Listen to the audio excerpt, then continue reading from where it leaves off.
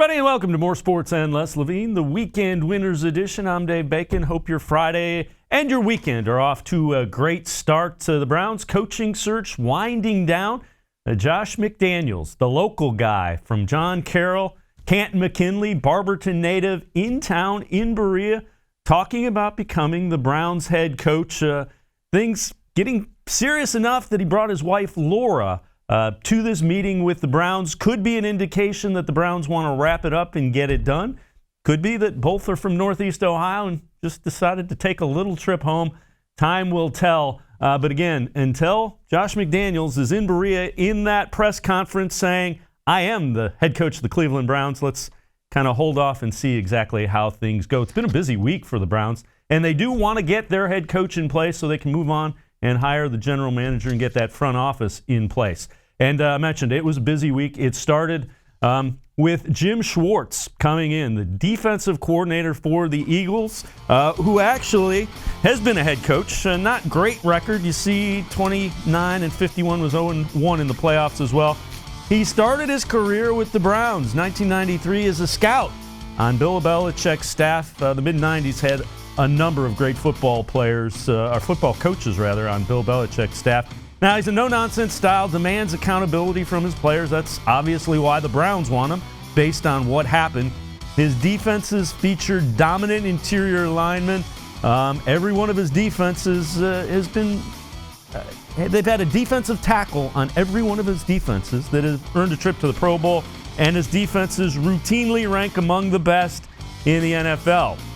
Yesterday, Browns were in Minnesota to interview the Vikings offensive coordinator, Kevin Stefanski. He's only been an offensive coordinator for a year and a half. Very well thought of in NFL circles. A bright guy, played his football at Penn. So you got the Ivy League connection between Stefanski and, of course, Paul DePodesta. Now, he's been on the Vikings offensive stance since 2006, rising through the ranks. He was reportedly the Browns' analytics people's choice in the last head coaching search that garnered us Freddie Kitchens. Yikes. And now it's important to note, Gary Kubiak has been brought in as an assistant head coach and offensive advisor this season.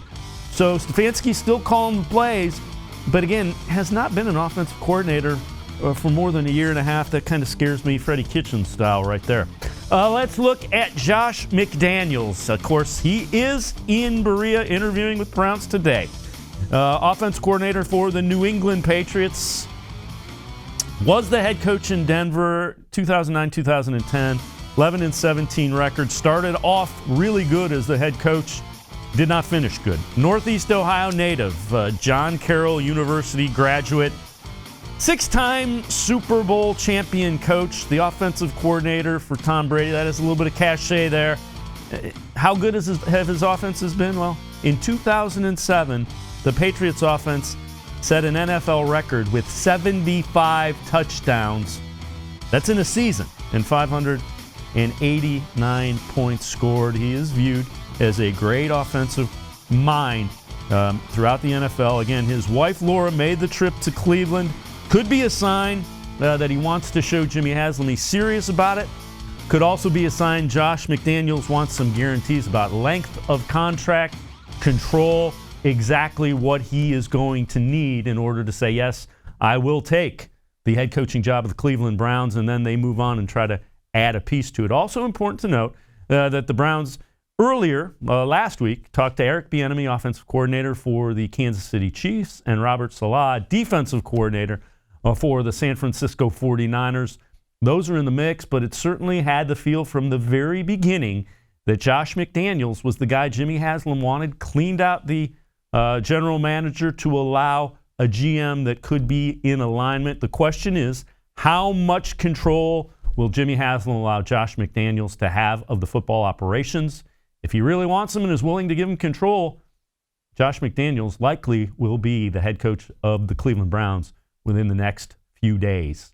We're going to step aside, take a quick timeout. When we return, we will bring in Jake Burns from the Orange and Brown Report, and we will talk everything Browns. We'll talk head coach, we'll talk GM, we'll talk roster. Jake Burns of the Orange and Brown Report. Straight ahead, more sports. And Les Levine, the Weekend Winners Edition. We'll be right back. Stay with us.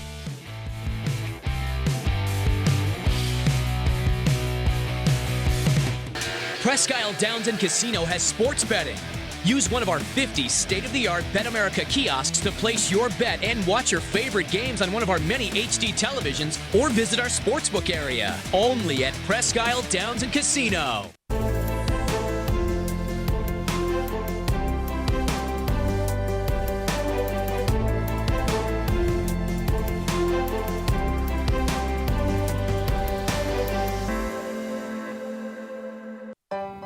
As a kid growing up, my dream was to go to college, play baseball, and get a degree. Coming out of high school, I had two choices. I was accepted into a four-year university, but I decided to come to Tri-C after receiving a scholarship. I got my associate's degree at Tri-C. They transferred all my credits straight into Baldwin-Wallace, so I started at Baldwin-Wallace University as a junior. My name is Tyler Leonard, and I earned my first degree at Tri-C. The Ohio Lottery Partners in Education program recognizes role model students and teachers from across Ohio. Nominations can now be done completely online. To nominate a deserving teacher or student, go to ohiolottery.com. In the About section, find Partners in Education. There you will find links to the nomination forms. Students kindergarten through 12th grade can be academic all-stars. Teachers can be honored as a Teacher of the Month. The Ohio Lottery Partners in Education, where stars shine.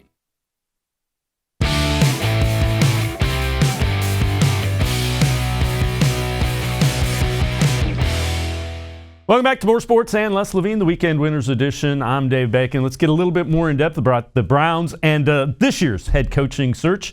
We welcome in Jake Burns from the Orange and Brown Report. Jake, today, the day that Josh McDaniels comes back to Cleveland, to Berea, and kind of some interesting news early on in the day as he brought his wife Laura for the interview. Obviously, could be a good sign. Who knows at this point? Yeah, I think that it's just as much going to be a Josh interviewing the Browns as it is the Browns interviewing Josh. I think these two are very familiar with each other. Obviously, Josh, it seems as though he interviewed in 2009 and 2014, so these two have danced around the idea of linking up before. So I think there's a process of what both sides are looking for, including Josh's wife, about what they want, because they're leaving the ideal assistant coaching situation in the NFL where Josh is being paid like a head coach above $4 million and working with some of the best in the business. And they know if they're going to walk away, it can't be to come to Cleveland for an opportunity that maybe only lasts a year and a half. I think they want some promises on organizational structure, how they're going to work processes and player acquisition and player evaluations and all that stuff, and then also looking for some sort of guarantee about the time frame they'll be given to this thing work. So obviously Josh's wife working the D Haslam angle is going to be something that is it's going to be important to whether they decide to make this relationship work. Also, I think it indicates Josh telling the Browns and showing the Browns, I'm serious about coming to Cleveland and being the head coach. Having said that, it certainly seemed from the beginning that with John Dorsey being relieved of his duties, that they were kind of clearing the way for this all along. Did you get that sense when you had heard that John Dorsey was let go in addition to Freddie Kitchens? Yeah, I think it always sort of pointed in that direction. I think a lot of people, pointed to two directions, which was either the Josh route with Dave Ziegler and linking up with some of those New England guys and the John Carroll connection and coming back this way, or, the alignment of possibly an Andrew Berry reunion, Kevin Stefanski type of analytic approach with Paul DePodesta. So I'm not surprised by this. I think Josh has been the favorite. I think that there have been a lot of questions both sides have had for each other, and it does appear that recently those two have had some back-channel conversations about some of those things, or this interview probably wouldn't have happened. And I even hesitate to call it an interview. I think it's more of a meeting. It's a meeting to see if both sides can get on the same page, because they're not vetting anything that I don't think they already know about each other. There might be some minor things about what Josh wants to do with personnel, his plan maybe for Baker Mayfield or some of those things, but they know who Josh is. The secret in the Northeast Ohio region, who he is, what he's done, his resume, his failure in Denver, his separation from separation from the Colts, I think those things have all probably been discussed, or at least they know the facts of what happened, having John Dorsey's close relationship with some of the folks there in Indy. So I just don't think there are any surprises here. I just think Josh has a list of things he probably wants to feel comfortable taking another head coaching role, and the Browns want to make sure they're not giving up too much in this whole process. And it makes sense for them too, especially with where they're changing their alignment. So, I think you might have an answer today if they're on the same page. If he leaves Cleveland without a deal, I would be hesitant to think it's going to work out. You mentioned Josh wanting certain things. If you're Jimmy Haslam, the football operations haven't been good here. I mean, John Dorsey he did improve the roster without question, but he had a lot of capital to do that. If you're Jimmy Haslam and you're the owner that's craved a football structure, do you basically give Josh McDaniels anything he wants? I mean, is there anything that you would think is unreasonable for him to ask? I'm sure there are some things that can be deemed unreasonable, maybe some things about ultimate control or ultimate say over certain situations with, that sort of authoritative decision that he doesn't have to get any clearance or work with anybody to make those calls. But I think you got a point there. I think the Browns have done it so many different ways. They've done the analytic approach. They've done the football guy stuff. They've done a different path with, Jimmy being responsible for getting the head coach's information and the GM's information separate, and both of them reporting to him. I think some unification and some alignment of a guy like Josh, who's seen at least what it takes to be successful in New England.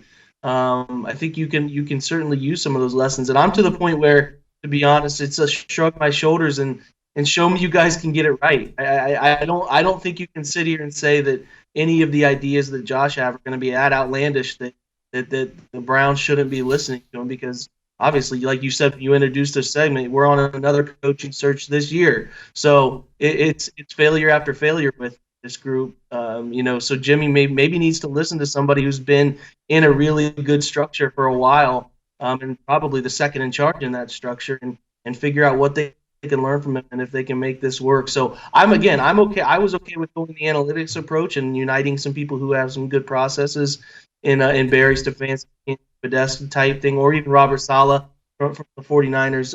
I think you can get behind that path too. But I do understand why the path with Josh and his understanding of what it takes and that approach New England has taken for 2 decades is something that is very, very appealing. You mentioned Kevin Stefanski. That's a guy that the analytics folks favored last year when they did this and came to Freddie Kitchens. Are you at all concerned? I mean, after what we went through with Freddie Kitchens, Stefanski, and I know a completely different guy, completely different background, but he's a guy that hasn't called plays for more than a year and a half, and he has Gary Kubiak there, who's basically an offensive guru as well. Are you concerned that if McDaniels falls apart and doesn't work, that, or are you more confident than I am with Stefanski? Stefanski sends up all kinds of red flags with me. Yeah, I mean, I think if you tie in Stefanski to what happened with Freddie or Mike Pettin or these first-time head coaches, can get a little dangerous, because not all of these guys are created the same. I don't think that that's anything groundbreaking, but it gets a little nerve-wracking saying that the things that caused Freddie or the things that caused Pettin or the things that caused Rob Chudzinski to get fired are going to be the exact same things that happened with Kevin or Robert Saleh at the same time. I don't know. I think these guys are their own men. I think what you have to do is figure out which of these guys are leaders, which of these guys. It's not just calling offense. It's not just calling defense. It's who brings accountability, who brings processes, who brings an egoless approach that will listen to people, who looks at numbers. There's a process of things that we don't know as the public. We don't get to sit in on that. Those meetings and those interviews to figure out who these guys are as people, what their leadership approach is, how they're going to hold players accountable, how they're going to structure practice, how they're going to structure data-driven approaches on a week-to-week basis. We don't know those things, so it's tough to sit here and say that, yeah, I think Stefanski won't work out. Well, I don't know. Maybe he would, but at the same time, maybe he wouldn't. So we're privy to maybe 15% of the necessary information. You're really trusting that your front office is going to do all of the right things to figure those things out and be right about it. So ultimately, to be lame, I don't know the answer to it. I can't pretend. Some people try to make up answers to these things. I don't do that. I like what Kevin does on offense. I think Kubiak gets a little bit more credit than he should for what they're doing. He's got the basis for the offense. I think Kevin's done a great job learning it, understanding it, and applying it.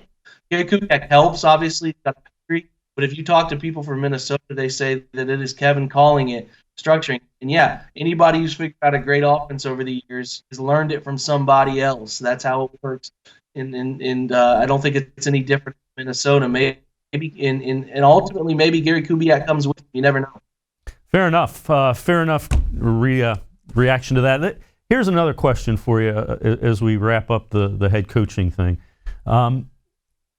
Again, because of what happened in Indianapolis with Josh, until they are in that press conference saying, "Hey, it's great to come home to Northeast Ohio and be the head coach of the Browns," I'm going to be a little leery. And as you hear more and more what potentially happened with Indianapolis, it was more Josh getting the assurity and the certainties that the way he wanted it structured didn't sound like the way the front office was going to be structured in Indianapolis. So until he's there saying, "Hey, I'm here," I think you kind of got to wait until it becomes that time of the press conference.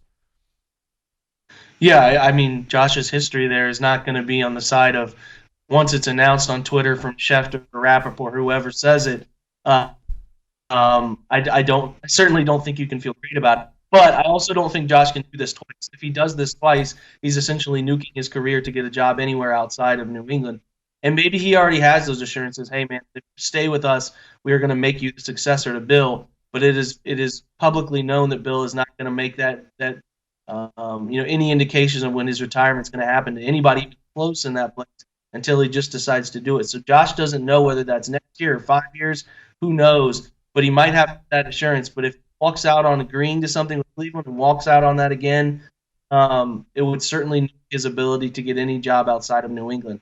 So while I get the hesitation, all of that, and saying this is what he did before, I just don't see him accepting a role and then bailing on it again like he did. Yeah, very, very, very valid point, Jake Burns. Appreciate it. We're going to step aside. I have to take a quick timeout. When we return, we will turn our attention to the general manager's search. Browns, of course, need a head coach and a general manager. More sports and Les Levine, the Weekend Winners Edition. We'll be right back.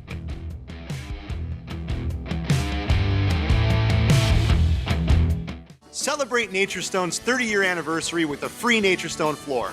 During 2020, we will be giving away 30 free floors to 30 very lucky customers to say thank you for making Naturestone the best concrete flooring solution for garages, basements, and more. Call or visit Naturestone.com today to register to win, and we'll send you a copy of our new buyer's guide absolutely free. There's no purchase necessary. Winners will be chosen monthly. With over 30 million square feet installed for more than 60,000 customers, it's easy to see why I always say it's not just a floor. Wow, it's Naturestone.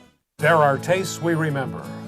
Every smell brings the happiness of times gone by. Experience this every time you walk into Gallucci's Italian Foods. Whether you need lunch on the go, a catered party, or that perfect blend of wine, meats, and cheeses, Gallucci's has exactly what you're looking for. Straight from Mama's kitchen for old world traditions or original experiences. From the tastes you remember to new flavors you'll never forget. Gallucci's is a tasty branch of your family tree. When it comes to selling you a mattress, most retailers are handing you a long line of extra steps that drive up costs and create confusion. At the Original Mattress Factory, we simplify the mattress shopping experience by building mattresses and box springs in our own local factories and selling them direct to you. It's short, sweet, and simply makes sense. So experience more than just the mattress store. Experience an original, the Original Mattress Factory.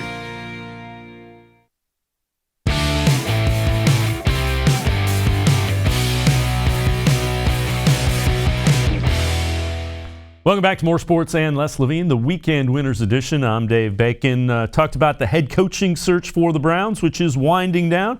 Now it's time to turn our attention to the other piece of that front office puzzle, the general manager. Let's welcome back in Jake Burns from the Orange and Brown Report. Jake, appreciate it as always. Is it a good sign that Jimmy Haslam wants the head coach and the general manager married together? I think in the past we haven't had that with the head coaching searches a couple of times.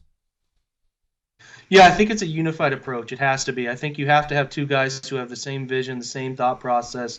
I think it's so important to be married there, and I don't think you want any dissension because the only way things go right there is if you hit everything out of the park. And then the only way you're going to hit everything out of the park is if you're, one of the luckiest individuals ever involved in football. There are just going to be wrong decisions made, but you have to trust your processes. And I think that's where aligned people at two positions, head coach and GM, really, really help. So I think it is a wise approach. Now, whether that's, if they hire one of the two coordinator options, aligning somebody with their background and their vision, or if it's McDaniels bringing over one of the guys he works in New England with, I think it's going to be important to make sure that there is no dissension between head coach and GM. There is no separate reporting to the head or to the owner, and none of that nonsense. It has to be a unified approach between the head coach, GM, all the way up to the owner. When you look at the Patriots, Caserio, Ziegler, Josh McDaniels, are you at all concerned? I mean, the one missing piece from that is Bill Belichick, and that's a guy that's probably the head coach and the general manager. Yeah, I mean, Bill Belichick is Bill Belichick. I think you probably can cover up a lot of mistakes based on how well Bill coaches guys up. And even Josh, too. I don't think New England has drafted all too well at the top of drafts lately, but they have taken mid-round, late-round, and free agent talent and just worked wonders with them. And to be fair, Josh is a big part of that. But Bill Belichick in this air quotes Patriot way has been the biggest part of that. So there is a little bit of cause for pause there, which comes with if he's going to bring Caserio, if he's going to bring Ziegler, if they're going to make something outside of the box. If those two guys stay in New England, they bring in somebody like Scott Pioli. I don't know who that is yet. The John Carroll guys there in New England and their connection with Josh means probably one of them. Ziegler probably comes with him. I do think that there has to be, some uniform approach to picking high in the draft because they're going to make an important selection at 10, and then sort of looking at how they improve their draft processes lately. Because guys like Sony Michel, guys like N'Keal Harry, who they picked this year, they have not picked all too well at the top of draft. So I think that they, will aim to try to maybe switch up some of their approach there. Maybe Bill's had the ultimate word and likes some guys. I don't know. There's just things we don't know there. But, the good thing is that they've been able to overcome it with quality coaching, and Josh has done the best he can with the offensive talent there. So you never know who's making the ultimate decision in New England. You probably presume it's the guy with 6 Super Bowl rings and is making most of those decisions. So it's going to be a wait-and-see approach on all that. The good thing is you feel pretty solid about the coaching being for those guys is going to be pretty solid. And I think you got to be careful, too, comparing New England head coaching hires of late in the Bill Belichick tree, because I think it's gotten better since the Roman Cannell, Charlie White's days. Matt Patricia had, Detroit competing. I think early in the year they were really competing well. Lost a couple close games. I think they had some officiating issues, but they did a really nice job until Matt Stafford got. Then Brian Flores took one of the least talented teams in NFL, the least recent history in Miami, and won 5 games with them. So I don't think the same way we talked earlier about being nervous about Freddie Kitchens, repeating the Freddie Kitchens mistake in the next hire. I think you have to throw that out the window. I think you have to do that too with the New England assistant stuff because they've been better. And even I shouldn't be remiss to mention Bill O'Brien. Although he's had some ups and downs, he's been sustainable and he's gotten the Texans to the playoffs quite a few times, and obviously they're still alive now. So I think that there can be a revisionist history stuff that goes on there with New England assistants, and hopefully Josh can, if he's the guy here, continue trending that in the right direction. When you look at that and the way the Patriots seem to find guys that other people discard, is that coaching? How do you do that? I mean, Danny Shelton is starting as their nose tackle this year, and that's a guy that couldn't find the field for the Browns for a long time. Yeah, I think obviously it's an approach that is concrete, an approach that is a system-based type of thing where they're looking for certain guys with strengths and weaknesses, and they know how to work those people, into their offense, or especially into their defense as well. I'm not sure who would run Josh's defense, but I think that they have a unified approach to scouting. They know what they're looking for, and when they look for special strengths and weaknesses of guys, they know in the mid rounds these are guys that we want to get because they can do, X, Y, and Z really well. And I think that that's something that gets lost when the Browns go coach to coach to coach, is that, your personnel scouting department is always trying to find, what are we looking for in players? And if it changes year to year to year and what you're looking for in terms of strengths and weaknesses, it means, like guys like Jannard Avery get washed out, or possibly Rashard Higgins get washed out because the coach doesn't want to use them, or, even some of the likes of Joe Schobert get washed out. Those guys that we've seen come through and leave and thrive in other places, like Jordan Poyer, the safety for the Bills, are guys that were here. They're mid-round to late-round guys that were brought in because one staff runs one thing one way, and then all of a sudden they don't want them with the next staff. So they have to be. That's one big thing that you would hope that they can get ironed out. Is we're looking for these players over the long haul, and we can get players that have these characteristics, they have these athletic abilities, they have these testing numbers, and we believe that they can fit in this plan. That's where you start to really see the effective mid to late round picks being made. Teams like, over the long haul that have been New England, Atlanta, the Saints, those types of places that have been pretty consistent over the long haul, been able to do that kind of consistently, which is a unified approach in the type of players they're looking for, and hitting on some of those guys mid to late round. Fair to say, Jake, that all players have holes in what they can do, and the successful franchises kind of realize what guys' limitations are and don't ask them to do it. Is that kind of what you're getting at? Yeah, and I think that's something that New England has done particularly well, especially with you're looking at what Josh has been a big part of here, which has been in New England, I should say, which is developing a scheme for his players that fits to their strength. I think year to year, and even sometimes to mid-year, they change their approach week to week, and I know their defense does this, and I think Josh has been a big part of this too on the other side of the ball, which is fitting their scheme to their players and going after mismatches, that sort of stuff, which I think is important. Sometimes coaches get into this thing where we have to always have this same scheme that we always structure. Well, that doesn't necessarily mean it's going to be right week to week, and that doesn't necessarily mean it's going to be right, year to year. So I think that they've done a nice job of being able to take, they have this broad structure, they have this idea of what they are, who they want to be, but they tweak little things in between to make it fit every week. So I think that that's what they do really well, is they look for certain types of players, but then they're also able to sort of change and tweak and be adaptive to the people they have on their roster. The other thing I'll ask you, how much, you always talk in here about the Patriot way. How much of that is legitimate that, they just know how to win? Is that something that's maybe an intangible that the guy like McDaniel could potentially bring with him? McDaniels, sorry. Yeah, no, I think that you can, obviously. I think you have a culture in New England that is effective. I'm not sure what those intricacies are that they do. They could have tricks of the trade in the air quote Patriot way that he can bring with him. I don't know. I'm not sure, but I know that the culture of New England has sort of been self-sustaining for a while now. It's probably 15 years or so of sustainability in that regard after they won all those early 2000 Super Bowls. So I think that the culture is what you make it. The culture is, coaches that hold their players accountable, front offices who, go out and get players with high character and leadership positions on your team, and then you go from there. And then hopefully the players take care of it, and the trickle-down effect happens. I don't have the secret recipe to creating the right culture or the Patriot way or anything, or I wouldn't be talking on this show. But I do know that they've done it right. They've done it right for a while. They have the right people who understand what it takes to hold players accountable, to hold coaches accountable, and it trickles down from the head coach down. So hopefully, what you would hope is that Josh has understood what it takes. He learned from his errors in Denver, some things that he did wrong, maybe some hubris to happen there, for him to learn in his younger 30s. It's a decade older. He's gone back to New England and saw New England go through a dip. People forget that New England went through a dip from about 2000 to 2014 as far as competing for Super Bowls. They were winning their division, but they weren't winning Super Bowls.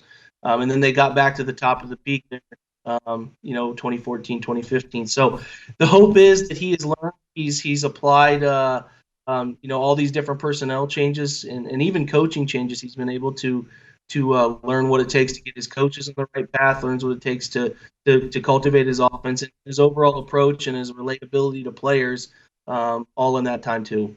We'll mention just quickly Andrew Berry. That's another guy that was here with Sashi, kind of left, and potentially could end up back. He's a guy that's pretty well thought of in NFL circles. Yeah, I think Andrew did a great job on here. He's a real grinder. I think he does a nice job of blending numbers-based approaches, analytical approaches with real live scouting. And a big-time participant at the Senior Bowl for the Browns over the years, and very well respected. The Eagles were very excited to get him. And if he's brought back to play a GM role, even if it's somehow with Josh, I don't know, or if they go a different route, I'm all in on getting Andrew back in the organization because he's a sharp football mind.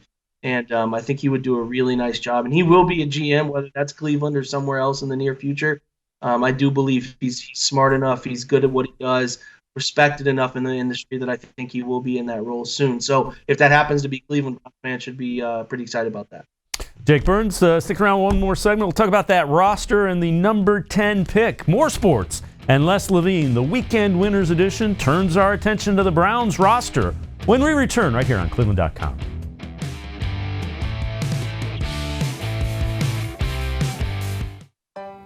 As a kid growing up, my dream was to go to college, play baseball, and get a degree.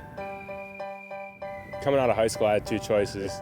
I was accepted into a four-year university, but I decided to come to Tri-C after receiving a scholarship. I got my associate's degree at Tri-C. They transferred all my credits straight into Baldwin-Wallace, so I started at Baldwin-Wallace University as a junior. My name is Tyler Leonard, and I earned my first degree at Tri-C. The Ohio Lottery Partners in Education program recognizes role model students and teachers from across Ohio. Nominations can now be done completely online. To nominate a deserving teacher or student, go to ohiolottery.com. In the About section, find Partners in Education. There you will find links to the nomination forms. Students kindergarten through 12th grade can be academic all-stars. Teachers can be honored as a Teacher of the Month. The Ohio Lottery Partners in Education, where stars shine. It takes attention to detail.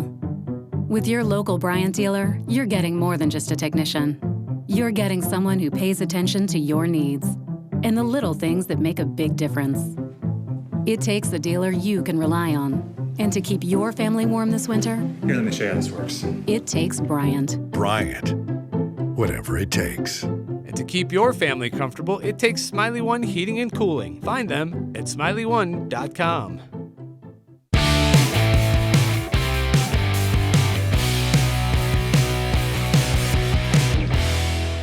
Welcome back to More Sports and Les Levine, the Weekend Winners Edition. I'm Dave Bacon. We've talked head coach for the Browns. We've talked general manager for the Browns. Time to talk roster and some of the areas that need to be addressed.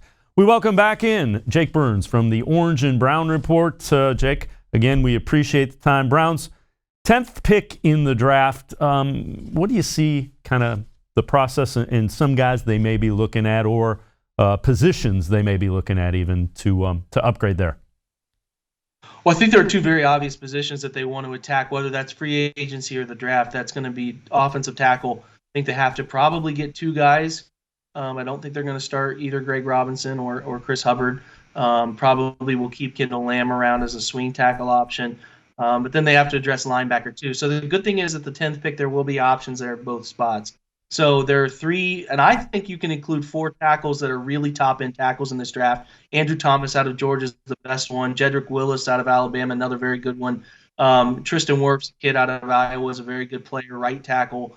They could take either one of those three. A kid that's going to keep climbing up boards is Mekhi Becton out of Louisville, just a massive human, 6'8", 340. He's huge, and he moves well. Basketball player in high school. He's only 20 years old. I think that they have four really sound tackle options at 10, and they're high-end players, so they could feel good about any one of those guys. Some of those guys might get taken in front of them, but it'll come down to what their thought process is with how they grade those guys out, because at 10, another player who might get taken before 10, but could be there's Isaiah Simmons, a kid out of Clemson. If you watch at Ohio State Clemson game, you saw him make an interception. He's a linebacker. He's a slot corner. He's a safety. He's a big guy who runs really well. He will blow away the combine.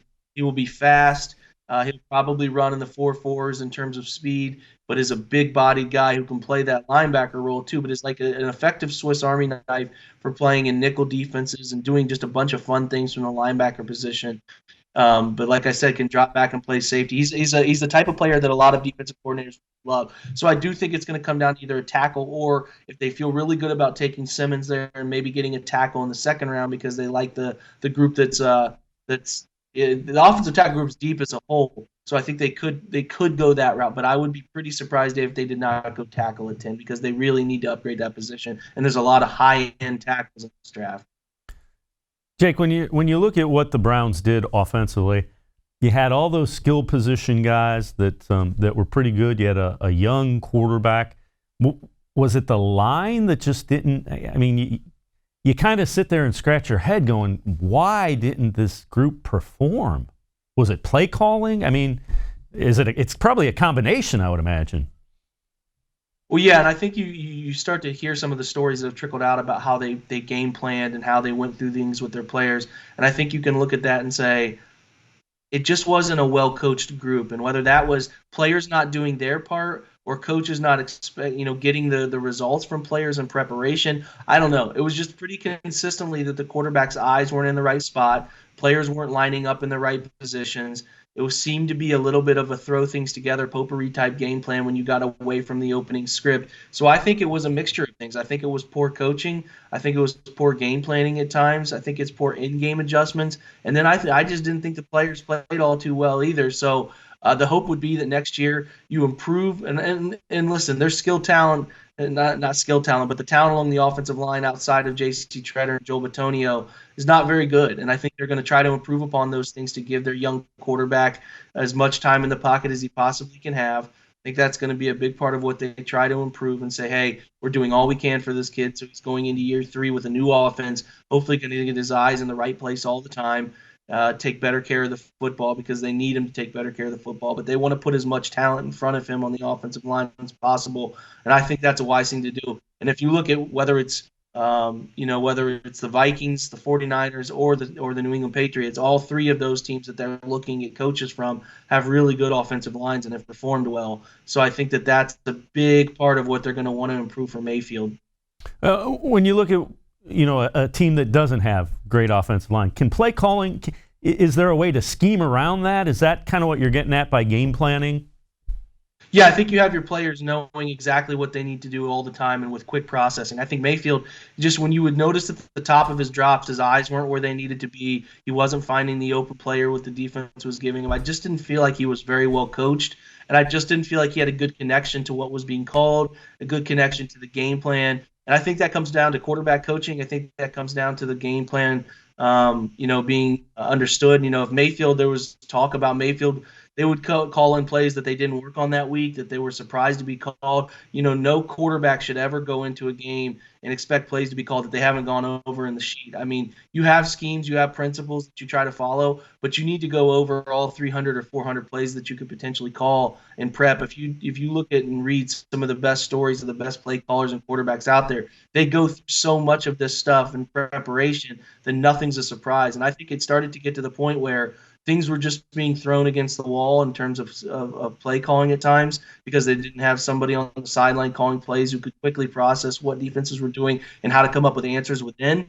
And I think at that point it started to really confuse the quarterback in terms of where should my eyes be. He just never really seemed well prepared. Now, whether that's on Mayfield or the coaching, I don't know. But based on things I've heard from people in the know and based on the decision that was ultimately made with Freddie, it seems to point toward that was going on the coaching side too often.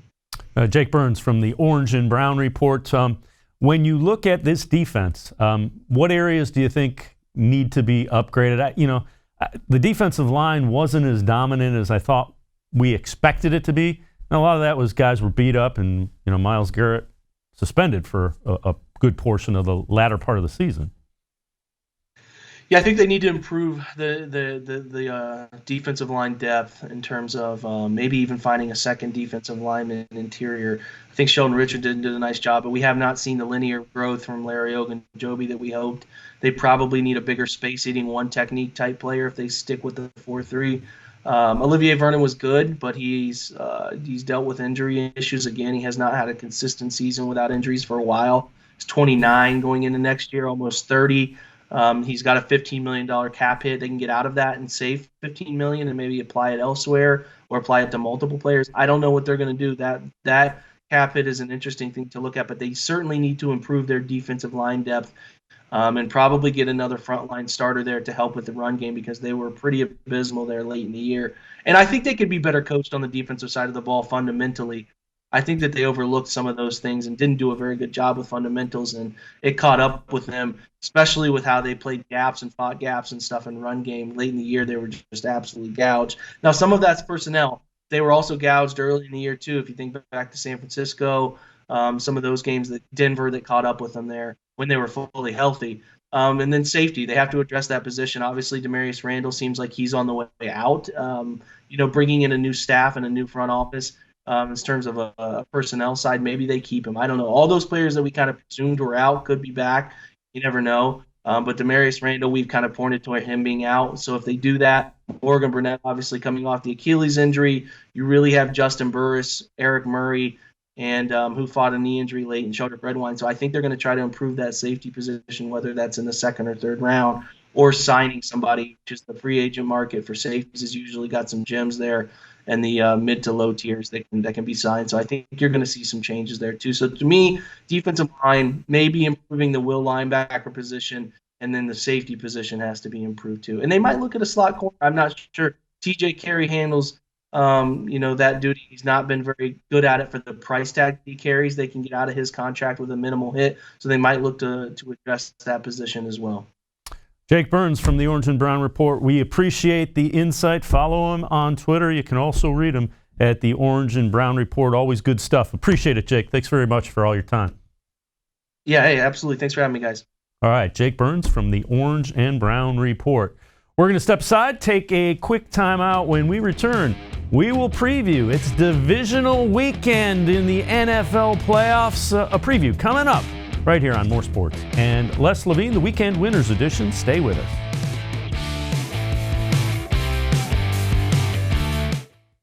Get Nature's Stone and never replace your basement flooring again. Your concrete is uneven, damp, and not healthy. Carpet and tile don't last, breed mold and mildew, and give worthless warranties. Nature's Stone permanently corrects uneven concrete and is not affected by dampness or moisture. And with Russell's Promise, our true unconditional warranty, there are no hidden maintenance costs. Act now and save up to 50% with our volume discount pricing. Must be installed by the end of January. Schedule your free cost estimate easily online today at naturestone.com. It's not just a floor. Wow, it's Nature's Stone. When it comes to selling you a mattress, most retailers are handing you a line. A long line of extra steps that drive up costs and create confusion. At the Original Mattress Factory, we simplify the mattress shopping experience by building mattresses and box springs in our own local factories and selling them direct to you. It's short, sweet, and simply makes sense. So experience more than just the mattress store. Experience an original, the Original Mattress Factory.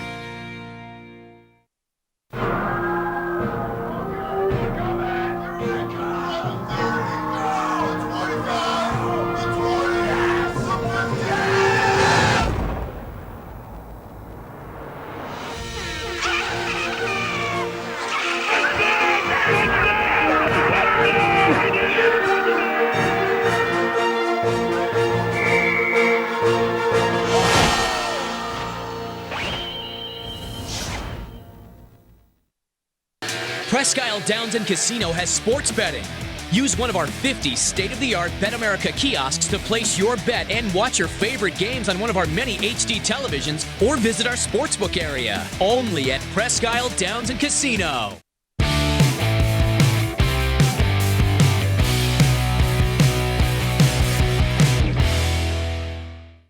Welcome back to More Sports and Les Levine, the Weekend Winners Edition. I'm Dave Bacon, getting ready for the divisional round of the NFL playoffs. And want to remind you, legalized sports wagering just a little over an hour away from downtown Cleveland at Presque Isle Downs and Casino, right off of I-90, just 27 miles into Pennsylvania, Erie, Pennsylvania. Presque Isle Downs and Casino.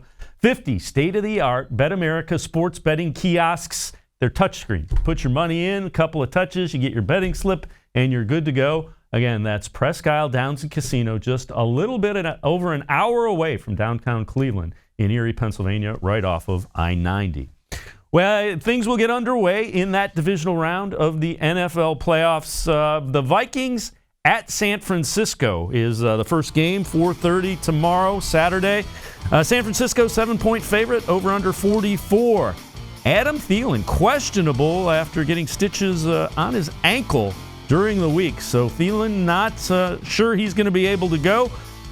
And the 49ers, 9-1 in their last 10 games against Minnesota. At home, of course, Dalvin Cook has been outstanding for the 49ers. Season high 28 carries last week. Breakaway speed, just a big threat. So who are you going to watch? How about Raheem Mostert? Former Browns special teamer, has scored 8 touchdowns in the last 6 games for the 49ers. Of course, tight end George Kittle has been outstanding. Big play guy, over 1,000 yards receiving. And defensively for Minnesota, Anthony Harris, 4 picks in his last 5 games. The night game tomorrow at Baltimore, the Titans and the Ravens, 10-point favorites, over under 46.5. Ravens leading the league with 206 yards rushing per game. Baltimore 9-1 against the spread in their last 10 at home as well. And how about Lamar Jackson? 13-1 touchdown to interception ratio in his last 3 games, shutting up guys like me who didn't think he would be able to throw the football. He has been outstanding. Jackson leads the league with 36 passing touchdowns. Tight ends play a huge role for the Ravens. Mark Andrews, 4 touchdowns last 4 games. He is questionable for this tilt. And Derrick Henry, 34 carries against the Patriots, just kind of eliminated New England pretty much all on his own. The NFL's leading rusher beat out Nick Chubb for that honor. Moving on to Sunday, Texans at the Chiefs, Kansas City, a 10-point favorite at home. Over-under on this one pretty high, 51. The Texans have beat the Chiefs in Week 6, 31-24. You can be sure the Chiefs won't forget about that. Chiefs 6-0 against the spread in their last 6. Mahomes rushed for over 20 yards just once in his last 4 games. But he has been throwing the ball effectively. Keep an eye on Patrick Mahomes. 11-4 touchdown to interception ratio since his Week 7 injury. Damian Williams leads Kansas City with under 500 yards rushing. He did have 124 yards in the last regular season game. And Deshaun Watson got it done last week for the Texans. 14 rushing attempts. That's a season high. And the final game of divisional weekend, the Seahawks at the Packers. And Lambeau has not been a good place for Seattle. 0-5 against the spread the last 5 games there. Green Bay has allowed 15 points or less in 4 of their last 5 games. That defense really getting it done. The Seahawks 8-1 on the road this season. Russell Wilson, a big reason why. Now, Aaron Jones. Green Bay has tallied over 100 yards rushing 3 of the last 4 games. Aaron Rodgers has been Aaron Rodgers. 18-2 touchdown to interception ratio in the last 10 games. And DK Metcalf showing he was a pretty good pick in this year's draft. 3 touchdowns in his last 4 games. That'll do it. Again, that gets underway. Divisional round of the NFL playoffs tomorrow, 4 o'clock. And want to remind you, legalized sports wagering just a little over an hour away from downtown Cleveland in Erie, Pennsylvania. Presque Isle Downs and Casino right off of I-90. Touchscreen betting in the Bet America Sportsbook. They have 50 state-of-the-art kiosks located throughout the casino, some of them right inside the casino. You walk in the casino, you can place your bet, be back on your way a little over an hour away. Again, it's Presque Isle Downs and Casino, Erie, Pennsylvania. That'll do it for this edition of More Sports and Les Levine. Les Levine will be back in the chair Monday. Could be talking about the Browns' new head coach. Could be hearing from the Browns' new head coach. We'll find out. I'll be back in this chair next Friday here on More Sports and Les Levine, the Weekend Winners Edition. Have a great week, everybody. We'll see you next week.